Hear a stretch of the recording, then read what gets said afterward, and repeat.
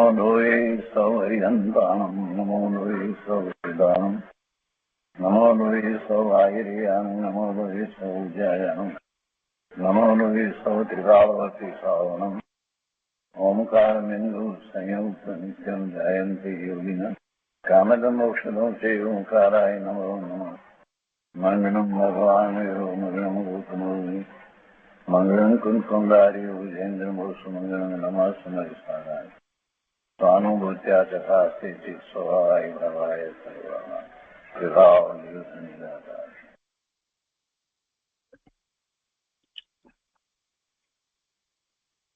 સ્વામી કાર્તિકેય અનુપ્રેક્ષા. કાર્તિકેય સ્વામીનું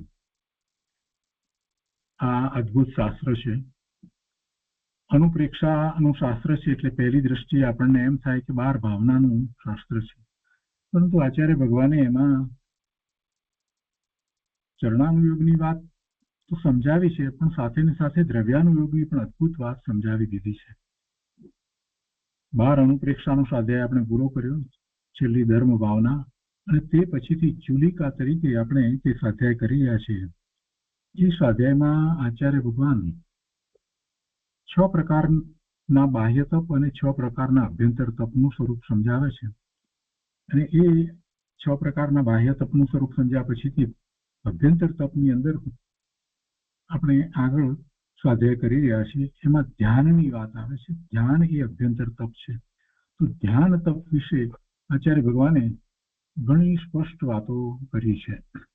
અભ્યંતર તપ છે અને સૌથી શ્રેષ્ઠ એવું ધ્યાન તપ છે. 482મી ગાથાનો સ્વાધ્યાય અત્યારે ચાલી ગયો છે. આ ગાથા આપણે વાંચનમાં લીધી છે ધ્યાન સંબંધીની, અને એમાં પંડિત જયચંદજી છાબડાએ જે ભાવાર્થ લખ્યો છે એ ખૂબ વિશિષ્ટ ભાવાર્થ લખ્યો છે. આપણે જાણીએ છીએ કે શુભચંદ્રાચાર્ય ભગવાનની ટીકા છે, અને શુભચંદ્રાચાર્ય ભગવાનની સંસ્કૃત ટીકામાં તો એમને ઘણો વિસ્તાર કર્યો છે, અને એ વાત એમણે અહીંયા 482મી ગાથામાં કહી છે.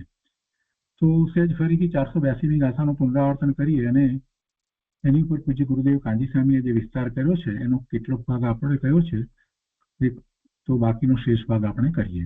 તો 482મી ગાથામાં કહે છે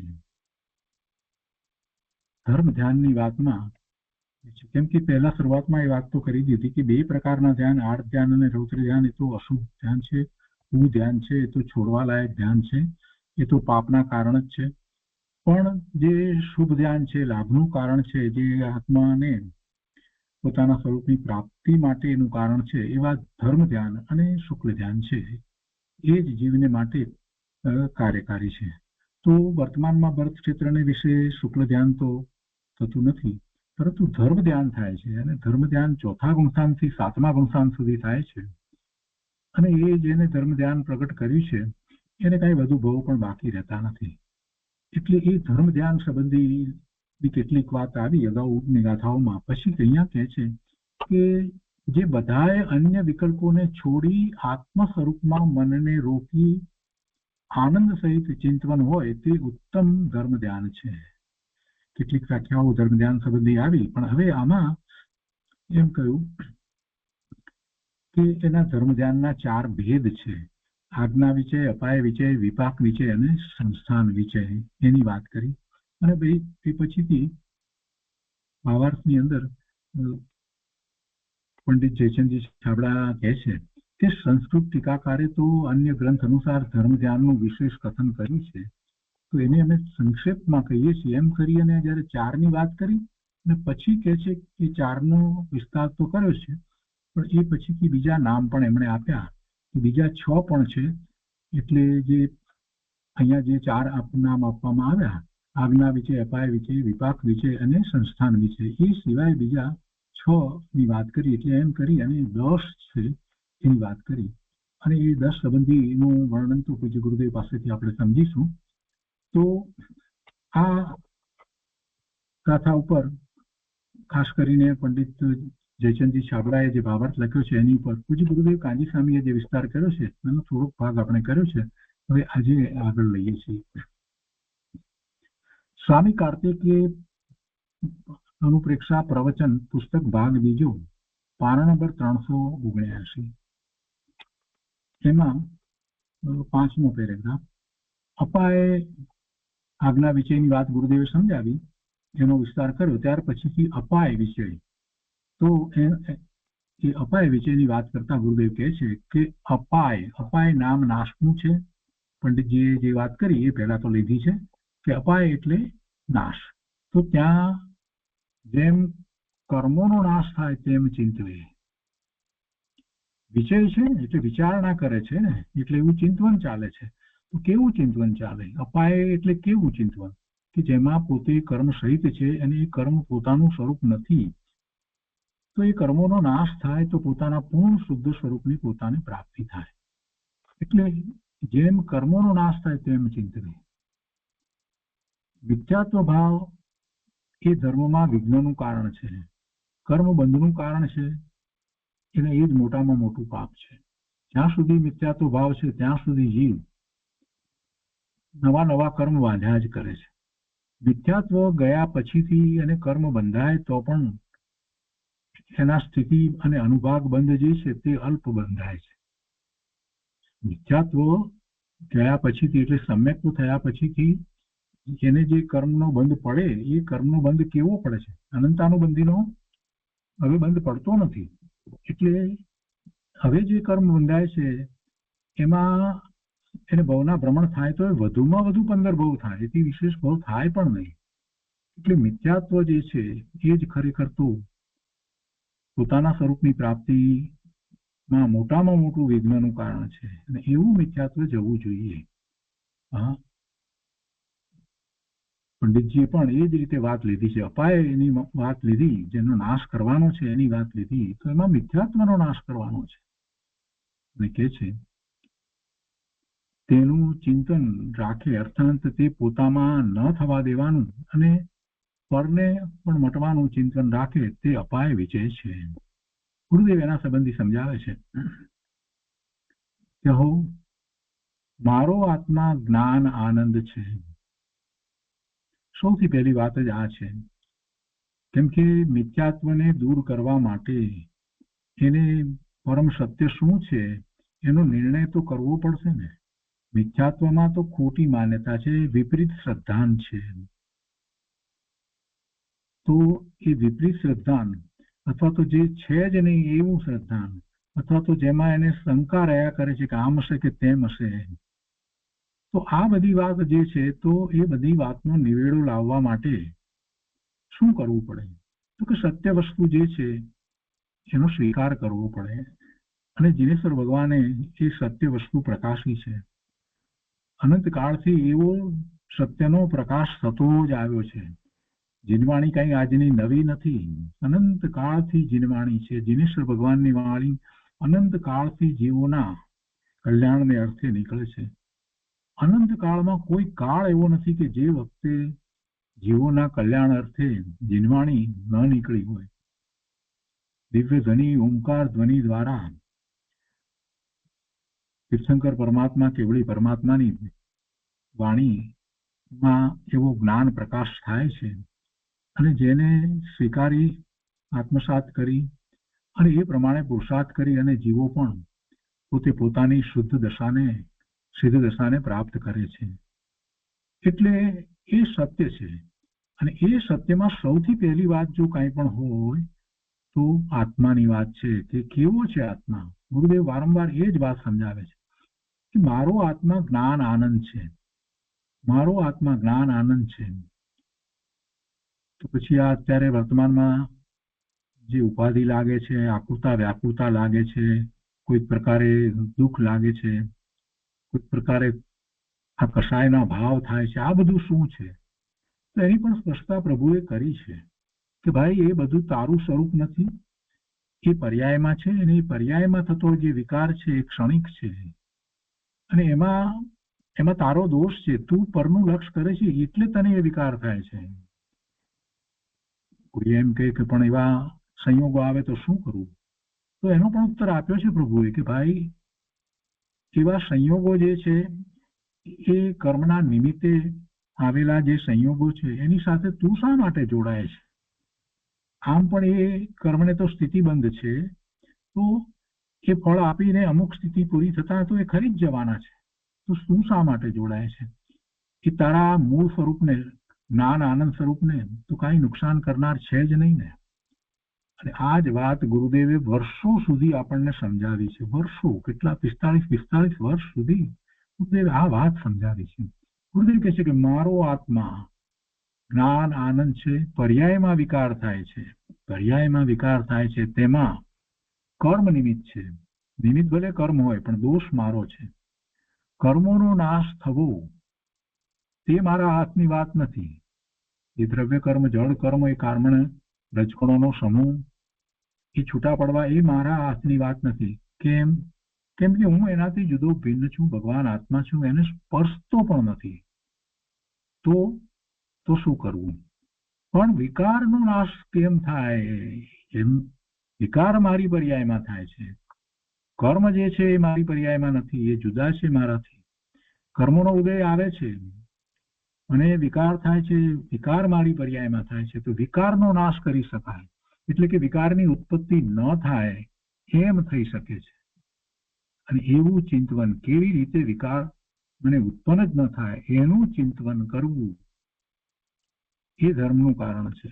એટલે કે એનું ચિંતવન કરવું, જ્ઞાન સ્વભાવી આત્મા છે એવો નિર્ણય કરી અને એવું ચિંતવન થઈ શકે છે. તેમાં પુણ્ય પાપના વિકલ્પ નથી. વિકલ્પ થાય છે તે અનર્થનું કારણ છે. એવા વિકલ્પ મને ઉઠે છે, શુભાશુભ ભાવના, તે અનર્થનું કારણ છે. એવી વિચાર શ્રેણી ચલાવવી તે અપાય વિજય નામનું ધર્મ ધ્યાન છે. આ અપાય વિજય છે. અપાય વિજય કોને કહેવાય? અપાય વિજય દ્વારા તો જીવ પોતાના સ્વરૂપમાં એકાગ્રતા કરી લે, અને એટલા માટે જે ધર્મ ધ્યાન છે, અપાય વિજય નામનું એ ધર્મ ધ્યાન છે. પાપ ભાવ તો અનર્થનું કારણ છે. અનર્થનું કારણ છે જ, પણ અહીં તો કહે છે કે પુણ્ય ભાવ પણ અનર્થનું કારણ છે. કેમ કે એ પણ એનો સ્વભાવ નથી. એને તો સ્વભાવ ભાવે થવાનું છે. એને કોઈ બંધ જોઈતા જ નથી. અપાય વિષયની અંદર તો વાત શું કરી કે કર્મ રહિત થવા માટેનો એ વિચાર કરે છે ને. તો પુણ્ય ના બંધ પડે એ પણ કર્મના બંધ જ છે ને. અને એને કારણે પણ સંયોગો આવશે ને. અને એમાં અનુકૂળતા વગેરેને કારણે પાછો એ ક્યાંક લપસી પડશે, ક્યાંક એમાંથી એને ભોગવવાના ભાવમાંથી પાપ ભાવમાં ચાલ્યો જશે. એટલે એને એક પણ કર્મ જોઈતા નથી. કોઈ કર્મની એને જરૂર જ નથી. કર્મ એને રખડવાનું કારણ જ થાય છે. તો અપાય વિજયની અંદર ગુરુદેવ સમજાવે છે કે ભાઈ પાપ ભાવ તો અનર્થનું કારણ છે જ, પણ અહીં તો કહે છે કે પુણ્ય ભાવ પણ અનર્થનું કારણ છે. એમ ચિંતન કરવું એટલે શું? શુદ્ધ ભાવે થવું. આત્મા શુદ્ધ છે, પરિપૂર્ણ છે, જ્ઞાન આનંદ સ્વરૂપ છે. તો એનો જે ભાવ છે, અનંત ગુણના ભવનરૂપ ભાવ છે, એવા ભાવે થવું. કોઈ કહે કે શુભ ભાવ અનર્થનું કારણ હોય તો શા માટે કરવો જોઈએ? અહીંયા એમ કહ્યું ગુરુદેવે. અને શાસ્ત્રમાં મહાપુરુષોએ બધાએ એ જ વાત કરી, જીવવાણીમાં પણ એ વાત આવી છે. તો શુભ ભાવ છે એ પણ ભવના ભ્રમણનું કારણ છે, અનર્થનું કારણ છે. તો પછી શા માટે કરવો જોઈએ? આ બધાને શુભ ભાવ તો આવે છે ને. મુનિઓને પણ શુભ ભાવ તો આવે છે. બધાને ભૂમિકા અનુસાર શુભ ભાવ તો આવે છે. તો શુભ ભાવ શા માટે કરવો જોઈએ? તો એના ઉત્તર તરીકે પૂજ્ય ગુરુદેવે સમાધાન આપ્યું છે. કહે છે કે જ્યારે અશુભ ભાવ હોય છે ત્યારે સ્ત્રી, કુટુંબ, પૈસા આદિ ઉપર લક્ષ જાય છે. તેમ જ્યાં સુધી પૂર્ણ વિતરાગ દશા ન થાય ત્યાં સુધી જ્ઞાનીને પણ શાસ્ત્રની વાત છે, દેવગુરુ શાસ્ત્ર છે એમાં આવેલી વાત વગેરે ઉપર, અને દેવગુરુ શાસ્ત્રના સ્વરૂપ વગેરે ઉપર પણ એને વિચારણા થાય છે. વળી જગતના જીવો જે રીતે દુઃખી છે અને પોતાને જો અનુભૂતિ થઈ છે તો શાશ્વત સુખની પરંપરા હવે એમાંથી આગળ ચાલવાની છે એવો વિકલ્પ ઉઠે છે. તો એમ પણ થાય છે કે બીજા જીવો પણ એ વાતને પામે. વળી અનુકંપા પણ થાય છે બીજાને જોઈ અને દુઃખીને જોઈને. એટલે એમ શુભભાવ આવે છે. એટલું જ નહીં, પણ એ જેના નિમિત્તે દેવગુરુ શાસ્ત્રના નિમિત્તે ધર્મ પામ્યો છે, તો એના સંબંધી એમના તરફનો અહોભાવ, એમની પૂજાનો ભાવ, એમની સ્તુતિનો ભાવ વગેરે પણ આવે છે. તો એવા બધા શુભભાવ આવ્યા વિના રહેતા નથી. કેમ કે હજી પૂર્ણ વિતરાગ દશા નથી થઈ, એટલે એ અંતર્મુહૂર્ત થી વધારે સ્વરૂપમાં સ્થિરતા કરી શકતો નથી. જ્યારે અંતર્મુહૂર્તથી વધારે સ્થિરતા થઈ જાય છે પછી તો શ્રેણી ચડી જાય છે, પછી તો કોઈ વિકલ્પ નથી, એટલે શુભભાવ નથી. પરંતુ જ્યાં સુધી ગુરુદેવ કહે છે કે પૂર્ણ વિતરાગ દશા ન થાય ત્યાં સુધી જ્ઞાનીને પણ શુભભાવ આવ્યા વિના રહેતો નથી. અને તે વખતે ગુરુ શાસ્ત્ર આદિ ઉપર તેને પ્રેમ આવ્યા વિના રહે નહીં. ધર્મી વિચારે છે કે પુણ્ય અને પાપ બંને આત્માને માટે અનર્થનું કારણ છે. તે ચિદાનંદ અમૃત રસને લૂંટે છે, તેથી એના નાશનો વિચાર કરે છે. જે વિભાવ ભાવ છે, વિકારી ભાવ છે, શુભ હોય કે અશુભ હોય, તો એવા ભાવના નાશનો વિચાર કરે છે. એટલે કે એવા ભાવ ઉત્પન્ન ન થાય અને પોતે સ્વભાવ ભાવે રહે, શુદ્ધ ભાવે રહે, એવો વિચાર કરે છે. અને એ વિચાર જ્યાં સુધી શુદ્ધ ભાવે નથી થતો ત્યાં સુધીનો એ વિચાર પણ શુભ ભાવ જ છે. એને કારણે પણ ઉત્કૃષ્ટ પ્રકારના પુણ્યનો બંધ જ પડે છે. ગુરુદેવ કહે છે કે વળી કુદેવ આદિનું ચિંતન, કુદેવ, કુગુરુ, કુશાસ્ત્ર, એનું ચિંતન એ તો ગૃહિત મિથ્યાત્વ રૂપી પાપનું કારણ છે. ગૃહિત મિથ્યાત્વ, આ જીવ અનાદિનો મિથ્યાત્વને કારણે રખડે છે, તો એ બધું મિથ્યાત્વ તો અગૃહિત છે. એને કઈ હમણાં આ ભાવમાં નવું ગ્રહણ નથી કર્યું. એ અનાદિથી એ અગૃહિત મિથ્યાત્વ સહિત છે. અને એ અગૃહિત જે અત્યારે નથી ગ્રહણ કર્યું નવું, એવું મિથ્યાત્વ ટાળવાને માટે ધર્મના નામે કુદેવ આદિનું ચિંતન કરે, કુશાસ્ત્રને માને, કુગુરુને માને, તો પેલું અગૃહિત મિથ્યાત્વ તો જાય નહીં, પરંતુ નવું ગૃહિત મિથ્યાત્વ એને થાય. અને એ ગૃહિત મિથ્યાત્વ છે એ અનંતાનુબંધીનું કારણ છે. ગુરુદેવ કહે છે કે વળી કુદેવ આદિનું ચિંતન તો ગૃહિત મિથ્યાત્વ રૂપી પાપનું કારણ છે.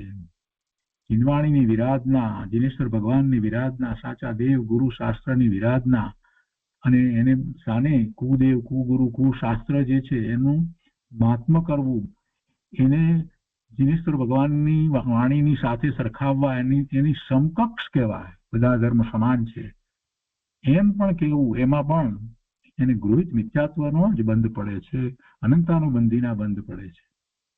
એ છે કે વળી કુદેવાદીનું ચિંતન તો ગૃહિત મિથ્યાત્વ રૂપી પાપનું કારણ છે. તે આત્માની શાંતિમાં વિઘ્ન કરનાર છે. જગતમાં એના જેવું મોટું બીજું પાપ નથી. ગૃહિત મિથ્યાત્વ જેવું બીજું કોઈ મોટું પાપ નથી. ગૃહિત મિથ્યાત્વને કારણે તો અનંતાનુબંધીના બંધ પડે, એટલે અનંત ભવ સુધી એને પાર ના આવે, એને જીનવાણી પ્રાપ્ત ન થાય. સત્ય સમજવાની તો વાત બાજુ પર રહી, પણ જીનવાણી પણ પ્રાપ્ત ન થાય. એવા કેટલાય ભવ ચાલ્યા જાય. એટલે ગુરુદેવ કહે છે કે જગતમાં એના જેવું મોટું બીજું પાપ નથી.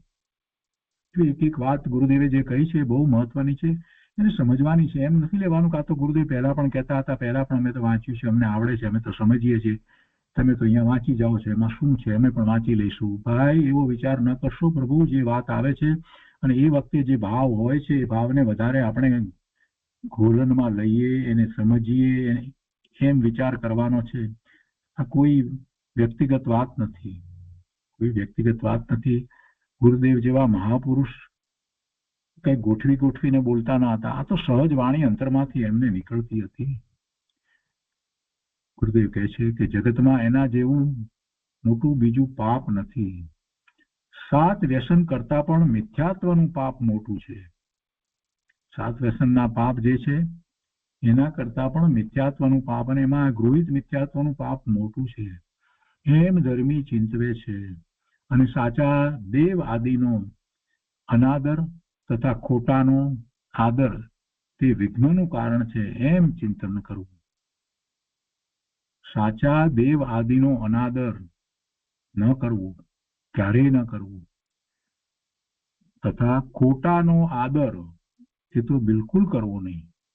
એક ટકો પણ ખોટાનો આદર કરવો નહીં. એ પણ હશે, એ પણ સાચા હશે, બધા ધર્મ સાચા છે, એ એને માને છે, તેમાં આપણને શું વાંધો છે, આવા બધા વિકલ્પો જે કરે છે ને એને ભગવાનની વાણીનો સ્પર્શ થયો નથી. દિનેશ્વર ભગવાનની વાણીનો જેને સ્પર્શ થયો એને એમ લાગે જ નહીં, એવો વિકલ્પ ઉઠે જ નહીં. ખોટાનો આદર, એક ટકો ખોટાનો આદર કરે છે એટલે એમ સમજવું કે ભગવાનની વાણીમાં એને એક ટકો ઓછો પડ્યો, એટલો અનાદર થયો. કૃપાળુદેવે આ વાત તો કરી છે કે એની પાસે અવકાશ ક્યાં છે? ભગવાનની વાણીનો પૂર્ણપણે જે આદર કરે છે, ભગવાનનો જે આદર કરે છે, સાચા દેવગુરુ શાસ્ત્રનો જે પૂરેપૂરો આદર કરે છે, એની પાસે અવકાશ ક્યાં છે ખોટાનો આદર કરવાનો? તો ખોટાનો આદર કરે એવો અવકાશ કાઢ્યો એટલે એનો અર્થ કે ક્યાંથી કાઢ્યો? જે સાચાના આદર હતા એમાંથી તો કાઢ્યો, એટલે એટલો સાચા પ્રત્યે અનાદર થયો. અને એ જ કૃપાળુદેવે ત્યાં એ વાતને સ્પષ્ટ કરી છે કે એ જ ગૃહિત મિથ્યાત્વ છે તે અનંત ભવનું કારણ છે. કોઈ હિંસા કરી નાખવામાં આવે એટલે કાંઈ એને અનંત ભવ થાય એમ નથી. અનંતાનુબંધીનું કારણ એ નથી. અને કૃપાળુદેવે તો કેટલી સુધી વાત કરી છે કે ચક્રવર્તીઓ એ આટલા યુદ્ધ કરે છે, 6 ખંડને જીતી લે છે, આટલું બધું કરે છે, તો છતાંય ચક્રવર્તી પણ મોક્ષે જાય.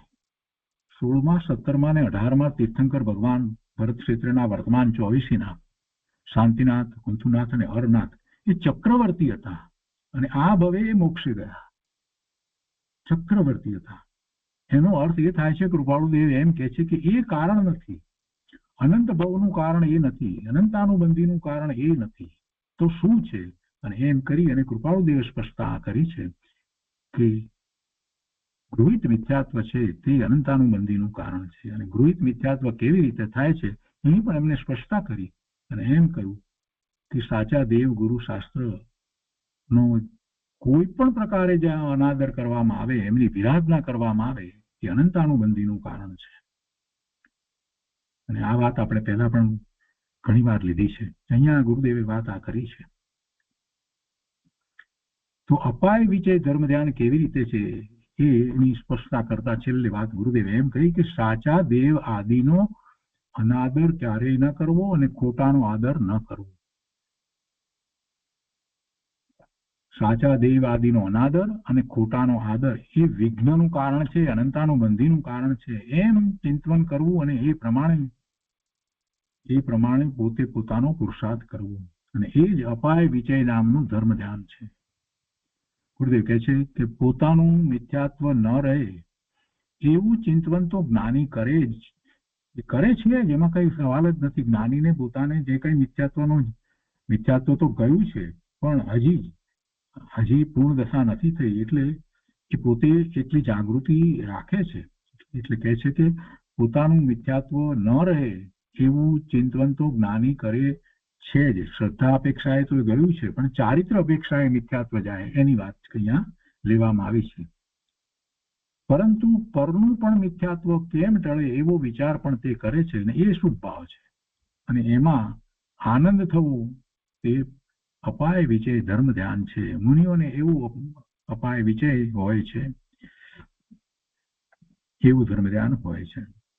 આગળ કહે છે વિપાક વિજય. વિપાક વિજયને ગુરુદેવ અહીંયા સમજાવતા કહે છે કે વિપાક નામ કર્મના ઉદયનું છે. પંડિતજી જે વાત લીધી છે એ પહેલા તો ગુરુદેવ કહે છે વિપાક નામ કર્મના ઉદયનું છે. ત્યાં જેવો કર્મનો ઉદય થાય તેના તેવા સ્વરૂપનું ચિંતન કરે તે વિપાક વિજય છે. પ્રતિકૂળ સંયોગો આવે ત્યારે વિચાર કરે કે એવો જ કર્મનો ઉદય હશે. અનુકૂળ કે પ્રતિકૂળ સંયોગો આવે તો એ સંયોગોમાં એ આર ધ્યાન નથી કરતો. પ્રતિકૂળ સંયોગોમાં કે અનુકૂળ સંયોગો છે તેમાં એ કૂદી નથી પડતો, અભિમાન નથી કરતો. માત્ર એનો એ જ રીતે વિચાર કરે છે કે એ બધા સંયોગો છે એ કર્મના ઉદયના નિમિત્તે છે. એ ભગવાન આત્મા પોતે ચૈતન્ય મહાપ્રભુ છે, એના કોઈ ગુણને કારણે નથી. પ્રતિકૂળ સંયોગો આવે ત્યારે ખાસ કરીને બધાને આર્ત ધ્યાન થાય, કોઈક વખત બીજા ઉપર દોષનો ટોપલો ઢોળે, રૌદ્ર ધ્યાન પણ થાય, કષાય થાય, ઘણા કષાય ઉપજે, ક્રોધ, માન, માયા, લોભ અને 9 પ્રકારના 9 કષાયો, એ બધા ભાવો થાય, એવા સંયોગો હોય ત્યારે થાય છે. તો આ જ્ઞાની ધર્માત્મા શું કરે છે? તો કે છે કે પ્રતિકૂળ સંયોગો આવે ત્યારે વિચાર કરે કે એવો જ કર્મનો ઉદય હશે, આત્માના આનંદ સહિતનું એવું જે ચિંતન છે એ પોતાનું કાર્ય છે, એ ધર્મ છે અને એ જ કરવા યોગ્ય છે. આમ એ વિપાક વિચય ધર્મ ધ્યાન છે. પેલાને તો એમ કરીને કાઢી નાખે છે કે એ તો પ્રતિકૂળ સંયોગ આવ્યા તો એ કર્મનો ઉદય છે, એની સાથે મારે શું સંબંધ છે? ભગવાન આત્મા જ્ઞાન આનંદ સ્વરૂપ છે એમ કરીને આત્માના આનંદ સહિતનું જે ચિંતન કરે છે તો એ વિપાક વિચય ધર્મ છે. આગળ સંસ્થાન વિચયની વાત કરે છે, કહે છે કે લોક સ્વરૂપનું ચિંતન કરે તે સંસ્થાન વિચય છે. દેવ છે, નરક છે, અસંખ્ય દ્વીપ સમુદ્ર છે, અસંખ્ય દ્વીપ અને સમુદ્ર છે, અને આ લોક છે તે અનાદિનો છે, એનો કોઈ કરતા નથી, એનો કોઈ રક્ષક નથી અને એનો કોઈ નાશ કરનાર પણ નથી. આનાથી ઉલટું અન્ય મતની અંદર એવું માનવામાં આવે કે એનો કોઈ કરતા છે, કોઈ આ જગત બનાવ્યું છે એવી વાત કરવામાં આવે છે, એનો કોઈક રક્ષક છે ને એનો કોઈક નાશ કરનાર પણ છે. જૈન દર્શન એવું જરાય માનતું નથી, એનો કોઈ કરતા જ નથી. આ લોક છે અનાદિનો છે, એનો કોઈ કરતા નથી, એને કોઈ રક્ષણની જરૂર નથી, એનો કોઈ રક્ષક નથી અને એનો કોઈ નાશ કરી શકે એમ પણ નથી. જ્યારે કોઈ નાશ કરનાર જ નથી તો રક્ષા કરવાની વાત જ ક્યાં છે? જગતમાં રક્ષા રક્ષા રક્ષા રક્ષણની બધી વાત કરવામાં આવે. ભગવાન જરાક વિચાર કરીએ છીએ જૈન દર્શનથી તો ખ્યાલ આવે છે કે કોણ કોનું રક્ષણ કરે? આ રક્ષણની વાત ક્યાંથી આવી? જુઓ ને, અત્યારે બધા જ કન્ટ્રી, બધા જ દેશની અંદર રક્ષાનો પ્રશ્ન ઉપસ્થિત થાય છે. બીજાથી પોતાનો બચાવ કરવો, રક્ષણ કરવું ને એ માટે થઈ અને કેટલી બધી એવી યુદ્ધની સામગ્રીઓ બનાવે છે, બધું કરી રહ્યા છે. આ કેટલું મોટામાં મોટું મિથ્યાત્વ છે. આ મિથ્યાત્વ નથી તો બીજું શું છે? શું એવી બધી સામગ્રીને કારણે જીવોની રક્ષા થાય છે? જીવ પોતાનું આયુષ્ય લઈને આવ્યો છે એ પ્રમાણે જ રહેવાનો છે, પોતાનું પુણ્ય પાપ લઈને આવ્યો છે એ પ્રમાણે જ એને એવા પ્રસંગો આવવાના છે, એવા સંયોગો આવવાના છે. એમાં કોઈ કાંઈ કોઈનું કરી શકતો જ નથી. શેની રક્ષા ને શેની વાત પ્રભુ? આ બધું શું માંડ્યું છે? ભગવાન આત્માને જો આ વાત જગત સમજી જાય તો શાંતિ સિવાય બીજું કાંઈ ન રહે, ફક્ત શાંતિ જ રહે અને એ શાંતિની અંદર જીવો પોતાની સાધના કરી શકે. અશાંતિનું કોઈ કારણ ખરેખર વાસ્તવમાં છે જ નહીં. જગતમાં અશાંતિ છે એ જગતમાં નથી પણ એના મનમાં અશાંતિ છે. જગતનું સ્વરૂપ તો 3 કાળથી આવું જ રહ્યું છે. જીવોના જેવા ભાવ છે, શુભ અને અશુભ ભાવ, એ પ્રમાણે એમનો સંસાર છે અને એવું જગતનું સ્વરૂપ છે. એમાં કાંઈ ફેર નથી. પૂર્વે પણ આવું હતું, પૂર્વે લડાઈ થતી હતી, બધી વાત હતી, પણ એથી એને વિચલિત થવાની જરૂર નથી. વિપાક વિષયની અંદર આ વાત જે કરવામાં આવી છે ને, બહુ સરસ વાત છે કે કર્મના ઉદય છે, કોઈ કોઈનું કાંઈ બગાડે સુધારે એવું વાત જ નથી. અને જગતના સમાચારો સાંભળી અને એમાં કાંઈ વિચલિત થવાની જરૂર નથી. પ્રભુ, હું ભગવાન આત્મા જ્ઞાન આનંદ સ્વરૂપ અને જે પૂર્વે ભાવ કર્યા એ પ્રમાણે કર્મના બંધ પડ્યા, એવા પુણ્ય ને પાપના બંધ સહિત અત્યારે હું છું. તેમાં કોઈ મારું શું બગાડવાનું છે કે શું સુધારવાનું છે? કોઈ મારું કાંઈ સુધારતું નથી કે બગાડતું નથી. પ્રભુની કરુણાનું ભાજન હું થયો છું એટલે મને તો બીજી કોઈ વાત છે જ નહીં. મને તો એક જ વાત છે કે જીનેશ્વર ભગવાને જેવું કહ્યું છે એવું વસ્તુ સ્વરૂપ છે. બાકી કર્મના ઉદયો જે છે તે હોય તો હોય, ભલે રહ્યા, એ સાથે મારે કાંઈ સંબંધ નથી. આ વિપાક વિષયની વાતમાં જો આગળ વધ્યો હોય તો એને લોકનું સ્વરૂપ ચિંતવતા એ જ વાત યાદ આવે કે આમાં કોઈનો રક્ષક નથી. કોણ કોની રક્ષા કરે? આ જગત આ લોકનું સ્વરૂપ એવું છે કે અનાદિથી છે, એનો કોઈ કરતા નથી, એનો કોઈ રક્ષક નથી અને એનો કોઈ નાશ કરનાર નથી. લોકનો નાશ કરનાર નથી એટલે લોકમાં રહેલા જીવો એમાંથી એક પણ જીવનો કોઈ નાશ કરી શકે એવું વસ્તુ સ્વરૂપ જ નથી. એમ લોક સંબંધી વિચાર કરતા આત્મામાં જે આનંદ થાય છે તેને સંસ્થાન વિશે ધર્મ ધ્યાન કહે છે. જો ગુરુદેવે બધી જગ્યાએ એમ કહ્યું કે એવો વિચાર કરતા આનંદ થાય છે. કેમ આનંદ થતો હશે?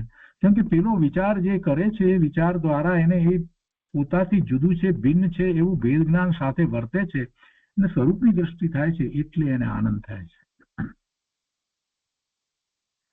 વળી આ ધર્મ ધ્યાન 10 પ્રકારથી પણ કહ્યું છે. પંડિતજીએ વાત લીધી છે ને, આ 4 જે કહેવામાં આવ્યા, આજ્ઞા વિષય, અપાય વિષય, વિપાક વિષય અને સંસ્થાન વિષય, એ 4 કહેવામાં આવ્યા. બીજા 6 પણ કહ્યા. પછી એમ પણ કહ્યું કે 6 જે છે એ પણ ખરેખર તો આમાં કોઈ રીતે સમાય છે, તો એની વાત કરે છે. વળી આ ધર્મ ધ્યાન 10 પ્રકારથી પણ કહ્યું છે.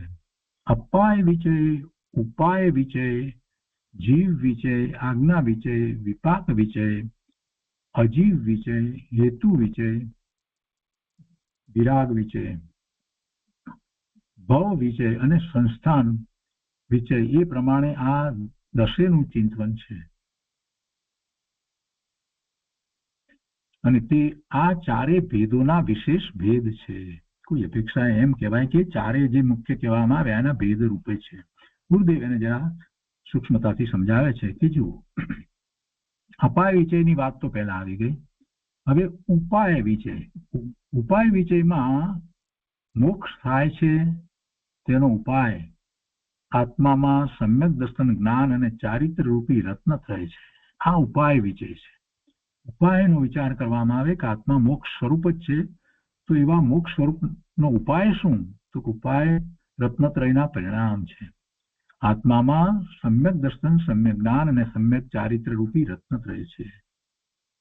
એવા આનંદ સહિતના ચિંતનને ઉપાય વિષય ધર્મ ધ્યાન કહે છે. જીવ વિષય, ગુરુદેવ કહે છે કે જીવ વિષયમાં આત્મા અનંત જ્ઞાન દર્શનની શક્તિ વાળો છે. જીવ સંબંધીનો વિચાર અનંત શક્તિ, 47 શક્તિના વર્ણનને ફરી સ્મરણમાં લાવે તો એને ખ્યાલ આવે કે આ સ્વરૂપ છે ભગવાન આત્માનું. જીવ વિષયમાં પોતાની સત્તાનો વિચાર કરે છે. અસંખ્ય પ્રદેશ અને એમાં અનંત ગુણ, દરેક પ્રદેશે રહ્યા એવું પોતાનું સ્વરૂપ. એ જીવ, એવો આત્મા એ શુદ્ધ છે, એ બધાથી ભિન્ન જુદો છે અને અનંત ગુણ હોવા છતાં મુખ્ય શું છે? તો જ્ઞાન દર્શનની શક્તિ વાળો ચેતન ભગવાન આત્મા છે, ચૈતન્ય મહાપ્રભુ છે. આત્મા અનંત જ્ઞાન દર્શનની શક્તિ વાળો છે.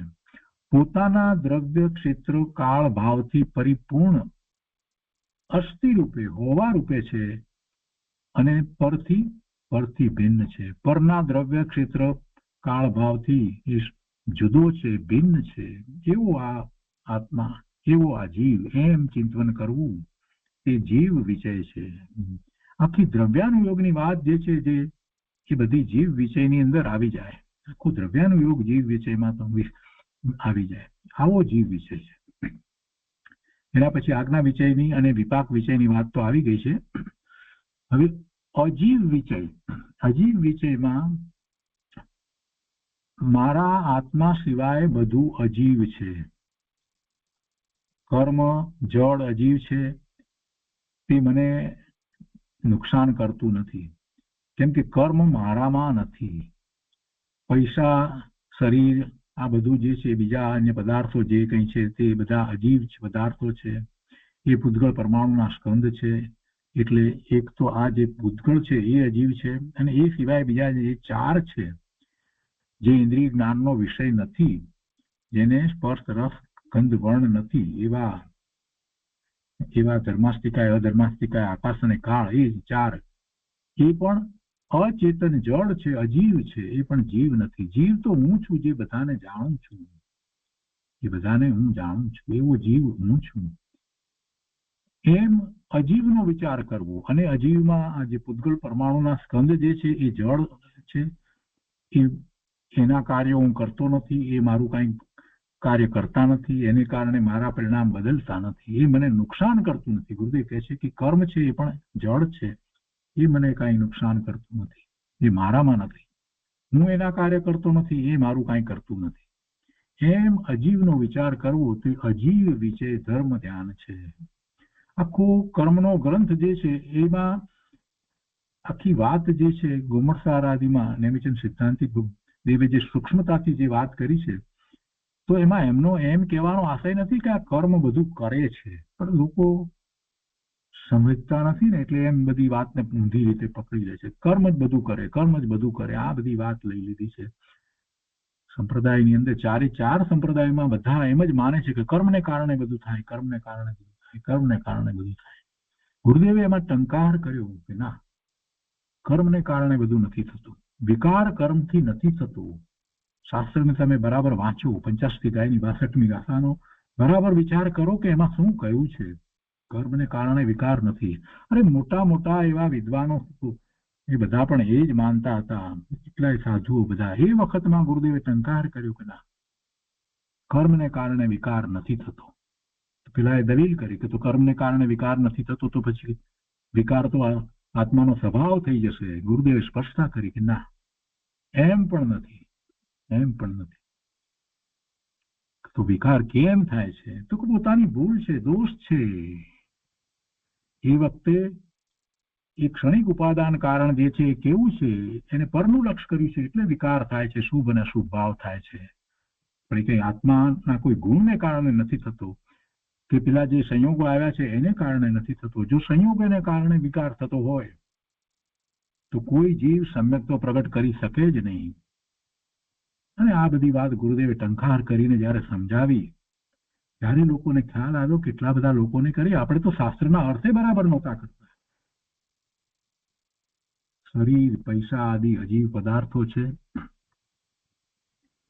એવી જ રીતે કર્મ જે છે એ પણ જળ છે, અજીવ છે, અને એ મારા પરિણામને બદલતું નથી, એ મને નુકસાન કરતું નથી. કર્મના ઉદયને કારણે મારા આવા પરિણામ થયા એવું વસ્તુ સ્વરૂપ છે જ નહીં. કર્મ મારામાં નથી. ગુરુદેવ શું કહે છે? કેમ કે કર્મ મારામાં નથી, કર્મ મારાથી ભિન્ન જુદા છે. શરીર એ નો કર્મ છે, એ પણ મારામાં નથી. પૈસા આ બધું સંયોગે કરીને જે કર્મના ઉદયને કારણે જે આપણે માનીએ છીએ એ બધું મારાથી ભિન્ન જુદું છે, અજીવ પદાર્થો છે. એ અજીવ પદાર્થોમાં હું નથી વ્યાપતો કે અજીવ પદાર્થો મારામાં કાંઈ આવતા નથી. એમ અજીવનો વિચાર કરવો તે અજીવ વિશે ધર્મ ધ્યાન છે. બહુ સરસ વાતો છે બધી. આ જે વિષયની વાત જે છે, એક એક વિષયની વાતને અત્યાર સુધી આપણે જેટલો શાસ્ત્ર અભ્યાસ કર્યો છે એ સહિત મનમાં ચિંતન કરીએ, શાંત ચિત્તથી એક બાજુ બેસી જઈને, અને પછી જે ચિંતનમાંથી શાંતિ ને આનંદ પ્રગટ થાય છે, તો આપોઆપ નિર્વિકલ્પ ધ્યાનનો પ્રયોગ શરૂ થઈ જાય છે. આવી અદભુત વાત છે. આગળ અહીંયા કહે છે હેતુ વિષય. હેતુ એટલે કારણ, હેતુ એટલે કારણ. તો કયા કારણો? નિમિત્ત. બીજા કયા કારણ છે? ભગવાન આત્માને બીજું કાંઈ કારણ છે? પોતાના સ્વભાવ ભાવે થવામાં તો કોઈ કારણ બીજું છે જ નહીં. તો જે કંઈ બીજું થઈ રહ્યું છે એને નિમિત્ત સમજવાના છે, અને જે પોતાના પરિણામ થઈ રહ્યા છે એમાં બીજા બધા જે છે એને કારણ ન સમજતા, એ બધા નિમિત્ત છે, દોષ પોતાનો છે. આ બધી વાતનો જયારે વિચાર કરે છે ત્યારે હેતુ વિષય, હેતુ વિષય, હેતુ એટલે નિમિત્ત અને વિષય એટલે વિચાર કરવો. કર્મ પ્રેરક થઈ અને વિકાર કરાવતા નથી. એ કારણ નથી, ખરેખર સાચું કારણ નથી. એને ઉપચારથી કારણ કહેવામાં આવ્યું, નિમિત્ત કારણ. તો નિમિત્ત શું કરે? કાંઈ કરતું નથી. કર્મ પ્રેરક થઈને વિકાર કરાવતા નથી. અને આ વાત તો હજી ભાગ્યે જ કોઈને સમજાય છે. ગુરુદેવની આ સૂક્ષ્મ વાતને બહુ ઓછા લોકો સમજે છે. ચારે સંપ્રદાયની અંદર એ સંબંધી બહુ ઓછા લોકોને વિચાર છે કે કર્મ પ્રેરક થઈને વિકાર કરાવતા નથી. અને સાચા દેવ આદિથી સમ્યક દર્શન કે ધર્મ થતો નથી. આ વાત આવે એટલે તો લોકો ઉછળી પડે છે, શું વાત કરો છો એમ કે છે. સાચા દેવ આદિથી સમ્યક દર્શન કે ધર્મ થતો નથી? કેવી વાત! લોકોને આ વાત પણ બેસતી નથી. પ્રભુ એ પણ નિમિત્ત કારણ છે. ધર્મ શું છે? મુક્તિનું કારણ છે. અને એવી મુક્તિનું કારણ પોતાને પોતાના પુરુષાર્થ દ્વારા થાય છે, પોતાના સ્વભાવથી થાય છે. અને એ વાત ક્યાંથી આવી છે? એ વાત સર્વજ્ઞ પરમાત્માએ કહી છે. તું અમારા તરફ દ્રષ્ટિ કરીશ તો શુભ ભાવ થશે, ને તું તારા સ્વરૂપ તરફ દ્રષ્ટિ કરીશ તો તને શુદ્ધ ભાવ થશે. આ પ્રભુની જે વાણી છે એ જીનવાણીની વાત છે. ગુરુદેવ કહે છે કે એવા સાચા દેવ આદિથી સમ્યક દર્શન કે ધર્મ થતો નથી. પણ પોતાને જયારે એવા સમ્યક દર્શન કે ધર્મ થાય છે તો એમાં એ નિમિત્ત કારણ છે. બે વાત લીધી છે, મહત્વની વાત લીધી છે. એક તો કર્મ પ્રેરક થઈ અને વિકાર કરાવતા નથી, એ પ્રેરક નિમિત્ત નથી, વિકાર કરાવતા નથી. અને બીજું, સાચા દેવ આદિથી સમ્યક દર્શન કે ધર્મ થતો નથી, પણ આત્મામાં પ્રગટ ધર્મ થાય ત્યારે તે નિમિત્ત હોય છે. એ જ નિમિત્ત હોય. સાચા દેવ ગુરુ શાસ્ત્ર જ નિમિત્ત હોય. એવો જ નિમિત્ત નૈમિતિક સંબંધ છે. એ વખતે ઉચિત નિમિત્ત હોય. ઉચિત નિમિત્ત આ જ હોય. સાચા દેવ ગુરુ શાસ્ત્ર જ હોય. સમ્યક દર્શન થાય, ધર્મ થાય ત્યારે એમાં પછી નિમિત્ત તરીકે ગમે તે ન હોય, કુદેવ આદિ હોતા નથી. શુભ રાગમાં દયા, દાન, ભક્તિ આદિના નિમિત્તો હોય છે. એમાં બીજા નિમિત્તો હોય છે, કેમ કે એ શુભ ભાવ છે. પણ જયારે ધર્મ પ્રગટ થાય છે ત્યારે તો ઉચિત નિમિત્ત, સાચા દેવ ગુરુ શાસ્ત્ર, એમની વાણી, એ જ નિમિત્ત હોય છે. ગુરુદેવ કહે છે કે ધર્મીને જાત્રાનો, જીન મંદિરો બંધાવવાના વગેરેનો વિચાર આવે, એવો વિચાર આવે છે, તે વખતે નિમિત્તો પણ એવા હોય છે. ને એવો વિચાર કરવો, એ નિમિત્ત એવા હોય છે. એ હેતુ, એવો વિચાર કરવો, તે હેતુ વિજય ધર્મ ધ્યાન છે. હેતુ વિજય ધર્મ ધ્યાન છે. આમાં તો ન્યાય આવી જાય છે.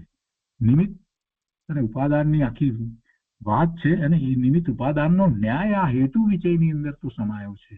જેમ છે તેમ વસ્તુ સ્વરૂપને લેવું, નિમિત્તને ભગવાન બનાવી દેવા નહીં, અને એ ભગવાન બધું જ કરે એવી જે માન્યતા જે છે હિન્દુ અન્ય મતની અંદર જે છે ને, કે ભગવાનની ઈચ્છા વિના પાંદડું પણ હલે નહીં, એવી રીતે વર્તમાનમાં જૈન દર્શનના ચારે ફિરકાઓએ આ નિમિત્ત જે છે એને ભગવાન બનાવ્યું છે. જે લોકો હિન્દુએ ભગવાન બનાવ્યું છે એવી રીતે વાસ્તવમાં એમ નથી. નિમિત્તથી કંઈ થાય છે એવું વસ્તુ સ્વરૂપ જ નથી. ભગવાનની ઈચ્છા વિના જ પાંદડું હલે છે, ભગવાન ઈચ્છા કરતા જ નથી. અન્ય મતવાળાને જયારે આપણે એમ સમજાવીએ છીએ તો સાથે એ જ વાત સમજવાની છે કે એવી જ રીતે નિમિત્તથી કંઈ કાર્ય થતું જ નથી. ઉપાદાન કારણ એ જ મુખ્ય કારણ છે. એટલે આમાં તો આખો ન્યાય છે હેતુ વિષયની અંદર. એ ધર્મ ધ્યાન છે. જો એક એક વાતને આપણે વિસ્તારથી સમજવાનો પ્રયત્ન કરીએ તો દિવસોના દિવસો જાય એવું આ પ્રવચન છે. કેટલાય દિવસો સુધી આના ઉપર આપણે વાંચ્યા કરીએ અને વિચાર કર્યા કરીએ. એક કેવું અદભુત પ્રવચન છે. ગુરુદેવ આગળ કહે છે કે સુધર્મ સ્વર્ગના ઇન્દ્ર અને ઇન્દ્રાણી એકાવતારી છે. એક અવતાર એટલે આ ભાવ પછીથી એ બીજા ભાવની અંદર મનુષ્ય થશે, પુરુષ થશે, દીક્ષા લેશે, કેવળ જ્ઞાન પ્રગટ કરશે. એટલે એ એક અવતારી છે. અહીં જયારે તીર્થંકર ભગવાનનો જન્મ થાય ત્યારે તેઓ જાતે આવે છે. અહીં એટલે ભરત ક્ષેત્રની વાત લીધી છે. ત્યારે એ સુધર્મ સ્વર્ગના ઇન્દ્રાણી પછી ઇન્દ્રાણી એ આવે છે. તીર્થંકર ભગવાનનો જન્મ થાય ત્યારે તેઓ જાતે આવે છે. ત્યારે ગર્ભ કલ્યાણ પણ ઉજવે છે ને, ત્યારે પણ એ આવે છે. પહેલાથી જ આવી જાય છે. ભગવાન આવવાના છે, માતાની કુખમાં આવવાના છે, તે પહેલા 6 મહિના પહેલાથી આવી જાય છે.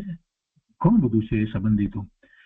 અહીંયા કહે છે કે ઇન્દ્ર 1000 અને જન્મ થાય છે તો ઇન્દ્ર 1000 આંખો કરી અને ભગવાનનું રૂપ જુએ છે, પણ તૃપ્તિ થતી નથી. એવા સુંદર હોય છે પ્રભુ તો એમને પરમ ઔદારિક દેહ, સુંદર દેહ જન્મથી પ્રાપ્ત થયો છે. એમનું તો ઉત્કૃષ્ટ પુણ્ય છે, અને એ પુણ્યને કારણે 10 અતિશયો તો જન્મથી જ પ્રભુને હોય છે. જન્મ થતાની સાથે એમના પુણ્યને કારણે, પુણ્યના નિમિત્તે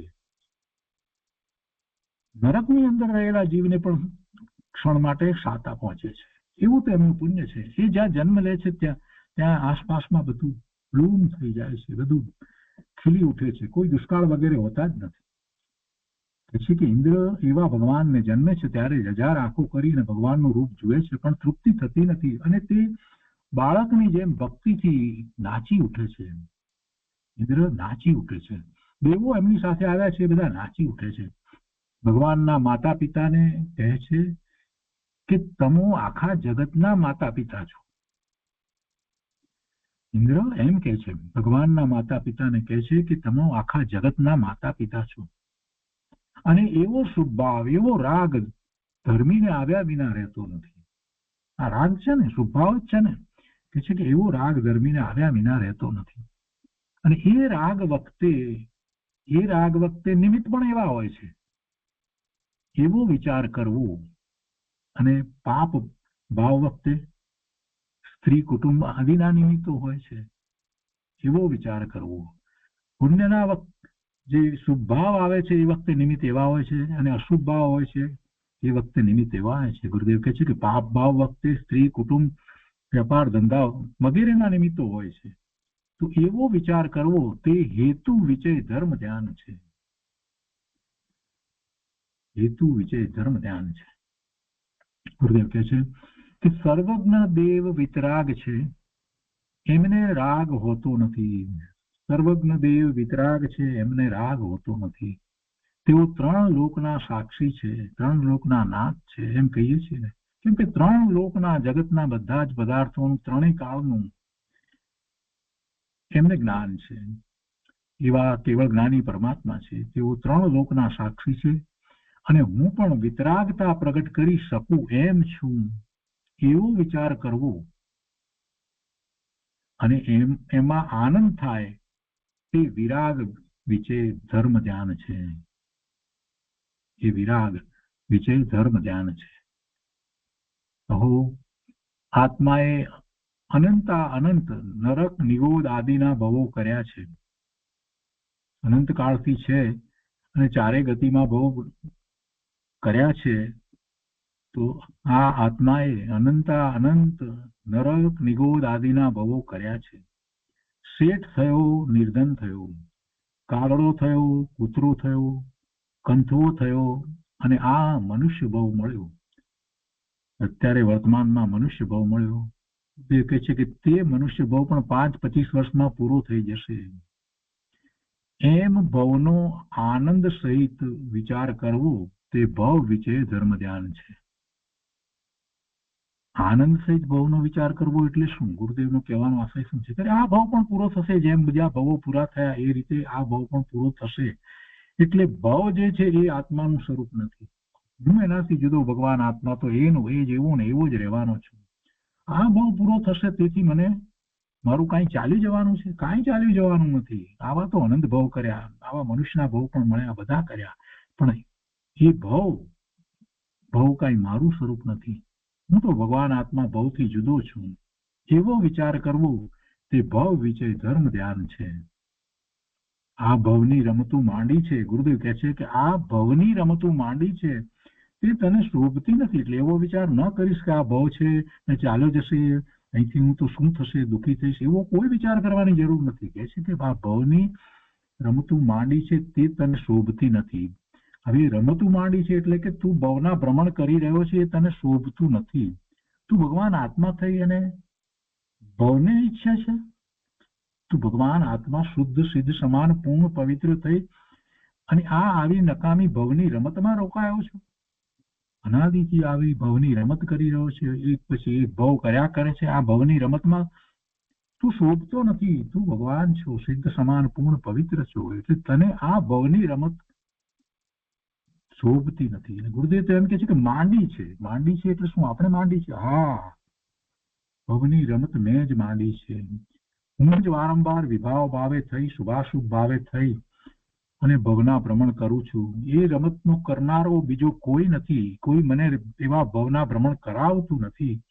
એ ભવની રમત હું જ કરી રહ્યો છું. ગુરુદેવ કહે છે કે ભાઈ, તને આ ભવની રમત તે માંડી છે તે તને શોભતી નથી. તું સ્વભાવ ભાવે થાય અને એવો વિચાર કર. એવો વિચાર કર. એ ભવ વિજય છે. એ ભવ વિજય નામનું ધર્મ ધ્યાન છે. સંસ્થાન વિજયની વાત તો આગળ આવી ગઈ છે. તો એ રીતે આ 10 પ્રકારના ધર્મ ધ્યાનનું વર્ણન થયું. આ 10 પ્રકારના ધર્મ ધ્યાનનું વર્ણન છે. હવે એ પછીથી પદસ ધ્યાન, પિંડસ ધ્યાન, રૂપસ ધ્યાન અને રૂપાતીત ધ્યાન એવા 4 ભેદરૂપ ધર્મ ધ્યાન હોય છે અને એનું વર્ણન પૂજ્ય ગુરુદેવ કરે છે. એ બહુ સરસ વિષય છે આખો. 4 પ્રકારના ધ્યાનને ગુરુદેવે ખૂબ વિસ્તારથી સમજાવ્યા છે. તો એનો સ્વાધ્યાય આપણે આવતી વખતે લઈશું, આવતા સ્વાધ્યાયમાં લઈશું. આજનો સ્વાધ્યાય અહીંયા સુધી રાખીએ છીએ. આ 10 વિષયનો જે વિસ્તાર થયો ત્યાં સુધી આજનો સ્વાધ્યાય રાખીએ છીએ.